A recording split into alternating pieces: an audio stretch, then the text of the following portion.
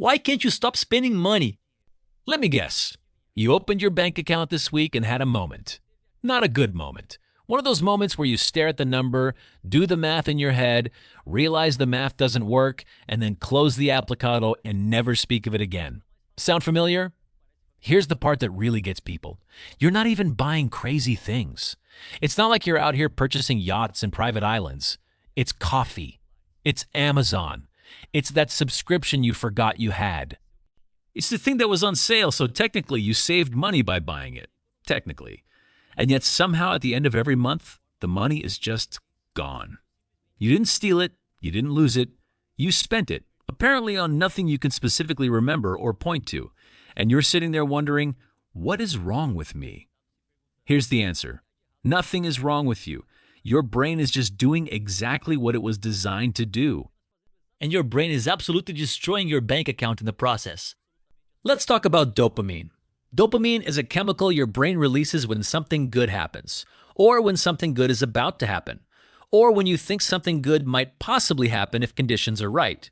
Your brain loves dopamine. Your brain will do almost anything to get dopamine. And your brain figured out a long time ago that buying things releases dopamine. Not even owning things, not even using things, just buying them. The moment you click add to cart, dopamine. The moment you see your order has been placed, dopamine. The moment you get the shipping notification, dopamine. The moment the package arrives at your door, dopamine. That's 4 separate dopamine hits from one purchase you probably didn't need. Amazon didn't build a trillion-dollar company by selling you things you needed. They built it by being the most efficient dopamine delivery system ever invented. 2-day shipping isn't a logistics achievement. It's a dopamine optimization strategy. And it's working perfectly. But here's where it gets really interesting. Studies show that 77% of people bought something to lift their mood in the past month. 77%. And here's the kicker. Only 42% thought they could actually afford it. So more than half of all the mood-lifting purchases happening right now are being made by people who know they can't afford them. While they're doing it, they know in real time, and they do it anyway. This is not a budgeting problem. This is not a willpower problem.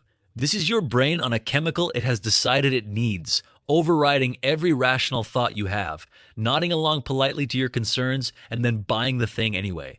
You are not in charge here. Your dopamine is in charge. You are just the person with the credit card. And it gets worse, because the more you do it, the less it works. Scientists call this tolerance. You've heard this word before, but probably in a different context. The same thing that happens with coffee happens with spending. Remember when you bought something and it actually felt exciting for a few days? Now you buy something and it feels good for about 11 minutes, and then you need to buy something else. This is why people with serious shopping habits don't have one big expensive item they're paying off. They have 47 small things, because the brain chased that feeling 47 times and it kept moving. You need more and more spending to get the same feeling you used to get from less. That is textbook addiction behavior. We just don't call it that because the thing you're addicted to has free 2-day shipping and a very good return policy. Now let's talk about stress, because this is the one nobody wants to admit. Research is very clear on this. When people are stressed, sad, anxious, or bored, they spend significantly more money. Significantly more. Stressed at work? Amazon cart. Bad day? Online window shopping that somehow became actual shopping. Bored on a Tuesday night? Lying in bed, phone in hand, buying things at 11 p.m. that will arrive Thursday and you will not remember ordering. 70% of people admit to making impulse purchases from their phones while lying in bed. 70%! We have created a world where you can be anxious, half asleep, and financially irresponsible, all at the same time, without even sitting up. This is what progress looks like. And here's the real problem with spending when you're stressed. It works. That's the trap. It genuinely, temporarily, actually makes you feel better, so your brain files that away. Stressed equals spend. Feel better, problem solved. Except the financial stress that comes after the spending creates more stress, which creates more spending, which creates more financial stress. It is a perfect, self-sustaining, incredibly expensive cycle. Your brain invented a solution to stress that also manufactures more stress. Your brain is not your friend. Your brain is a very clever enemy that lives inside your head and has access to your bank account. And then there's social media, because this wasn't already complicated enough. 55% of people say social media caused them to spend more money than they planned, and that number goes up dramatically the younger you are. Here's how this works. You're scrolling, you're relaxed, you're just looking, and then you see someone whose life looks slightly better than yours. Not dramatically better, just slightly. Maybe it's a kitchen, maybe it's a vacation, maybe it's an outfit. And something in your brain goes, we could have that. We don't need that. We don't even specifically want that, but we could have it. And maybe having it would make us feel like that. That's the entire business model of every influencer that has ever existed. They're not selling you a product. They're selling you the feeling of the life you're watching.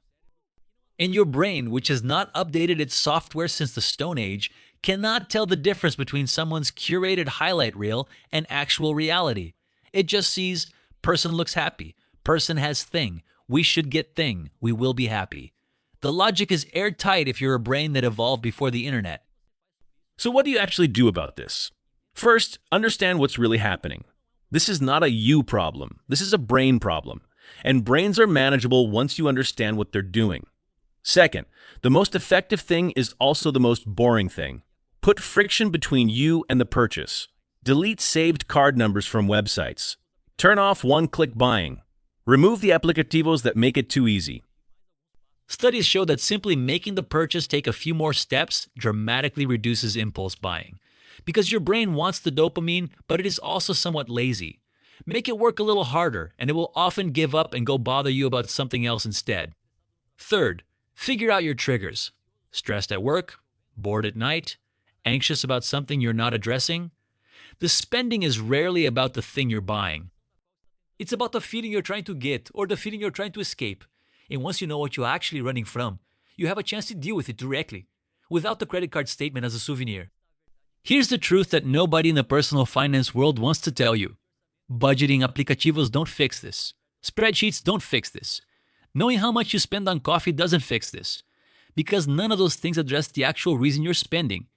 You're not spending because you're bad at math. You're spending because your brain is using money to regulate emotions it doesn't know how to handle any other way. And until you understand that, you can track every purchase you make and still end up in the same place next month. The problem was never the spreadsheet. The problem was never the budget. The problem is that your brain figured out a shortcut to feeling okay, and it has been taking that shortcut every chance it gets. Understanding that is the first real step. Not downloading another applicativo, not cutting out coffee. Understanding that you are not broken. You are just a human being with a brain that is very, very good at finding ways to feel better right now at the expense of future you. And future you, by the way, is tired of cleaning up this mess. Give future you a break. That's Money Blindspots, the stuff nobody tells you about why you do what you do with money. Because knowing the why is the only thing that actually changes the what. See you next time.